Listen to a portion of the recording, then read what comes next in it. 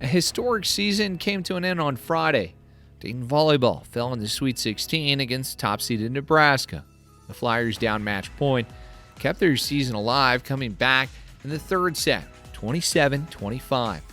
Top-seeded Cornhuskers went on to win the fourth and swept Wisconsin on Sunday to advance to the NCAA Volleyball Championship semifinal. UD ends the season 31-3. It's the program's 11th 30-plus win campaign and their first Sweet 16 appearance. Lexi Almodovar completed her career with her 8th 20-plus kill performance of the season and the only Flyer to ever reach 2,000 kills for her career. After missing significant time in the first and second set due to injury, senior setter Alyssa Miller came back to finish the match Friday night and ended with 21 assists. It was the final match for 6 seniors in Lexi, Alyssa, Elena Yates, Brooke Smith, Brooke Nichols, and Aaliyah Williams. Last week, Lexi and Alyssa were named AVCA All-Region with Liana Sarkisian. Head coach Tim Horsman was named Region Coach of the Year. Saturday night, men's basketball hosted the number 6 team in the country and the Marquette Golden Eagles. Anthony Grant's group used a big second half to earn their second win of the season against a team in the top 10. Javon Bennett, Zed Key, Enoch Cheeks, and Nate Santos were all in double figures scoring, and Malachi Smith dished out 11 assists as Dayton beat Marquette 71-63 in front of a loud and proud UD Arena. The Flyers did not commit a turnover in the second half.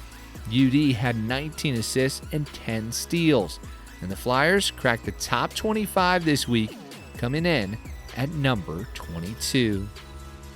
Women's basketball picked up a big win on Sunday as they used a 10-1 run to close the game and beat Central Michigan 72-68. Mariana Smith had 16 points and 9 rebounds. Ivy Wolf added 14, and Ricky Harris scored 11 points and handed out 7 assists. Freshman Olivia Leung came off the bench and provided 12 points. Nicole Stevens scored all her 5 points in the last 91 seconds as the Flyers earned their 6th win of the year. This week, we keep focus on women's basketball and talk to Dayton guard Ivy Wolf, who's played in 99 games in her college career, and she's made 99 starts. The Minster, Ohio native shares her amazing family tree and what it means to play close to home. Yeah, it's been super fun. I think being at Dayton, I've gotten a little bit more support. It's a little closer. We have a lot of season ticket holders for the men's teams back in Minster, so I feel like Dayton's kind of just a quick up-the-road college that has already had support from our hometown. So when I came here, it was, already habit for people to go to Dayton for games and stuff. So it's really fun. I'll have people that I see in the stands in the games. I'm like, oh, I didn't even know they were coming. Or afterwards, when I talk to my parents, it'll be, different people from my hometown that I get to see. So it's super fun to see the support that you don't always hear, but just looking up and seeing them at some games is pretty fun. So. Always nice to be close to family. And what's really unique is your family. Your dad was a student athlete here at Dayton? Yeah, yep. He was a Flyer. What sports did he play? He played baseball and football here. And did he like one more than the other? Probably football, if I had to guess. Did you grow up as a Flyer fan? I was actually a Notre Dame fan growing up, but no, we weren't really huge Flyer fans. So there wasn't any brainwashing there? No. I do want to talk a little bit about the transfer portal and that process, because your coach at Miami leaves and then you jump in and then you arrive here at Dayton, and sort of what you just shared with me of not necessarily growing up a Dayton fan, but also staying close to home. Did that kind of go into that process? It actually didn't. So I told myself I was going to transfer and move out of state because I've been in Minster my whole life, went to Miami, which is kind of a small college town.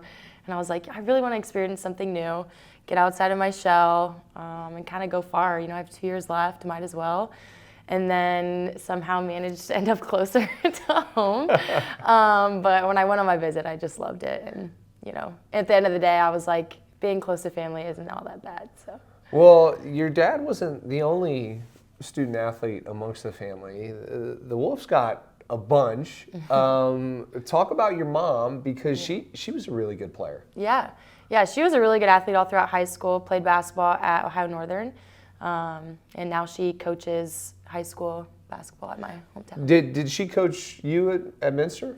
Yeah, she was the freshman coach when I went through high school, so she wasn't ever really my coach, but she was in the gym every day with us, so that came with a lot of blessings and sometimes annoyances. But and then your sister Delaney, she also played college basketball. Yeah, she played at Ashland, and they won 2 national championships when she was there. An outstanding program, and your brothers were able to find some time in the SEC playing football. What was that like growing up amongst like all these athletes? It was cool to watch. Just obviously to go to games in Neyland, that's super fun. But even just to watch them grow up and watch them go through the recruiting process, I think when I kind of went through it, it really helped me. But I mean, I always remember going to a Tennessee-Florida game at Tennessee. They did the checkered Neyland, and it was the craziest sporting event I've ever been to. Like, it's a religion there. So the vol walks, just so many cool traditions that, I was able to kind of watch them go through. So, yeah. So now we've sort of got the impression that the ladies are the basketball players, the guys are the football players. But did your brothers ever get out there and play with you on the basketball court? They did play basketball. My oldest brother played baseball too. So we always joke around because their shot wasn't ever very good. So I could always beat them in a game of horse.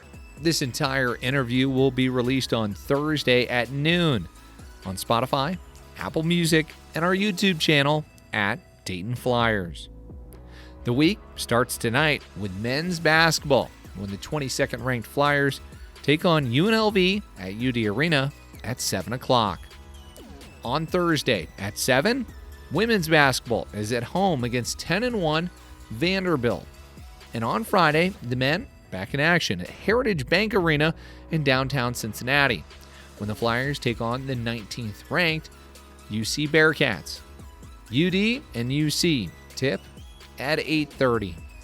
For more information on Dayton athletics, go online, DaytonFlyers.com, and follow us on social media at Dayton Flyers.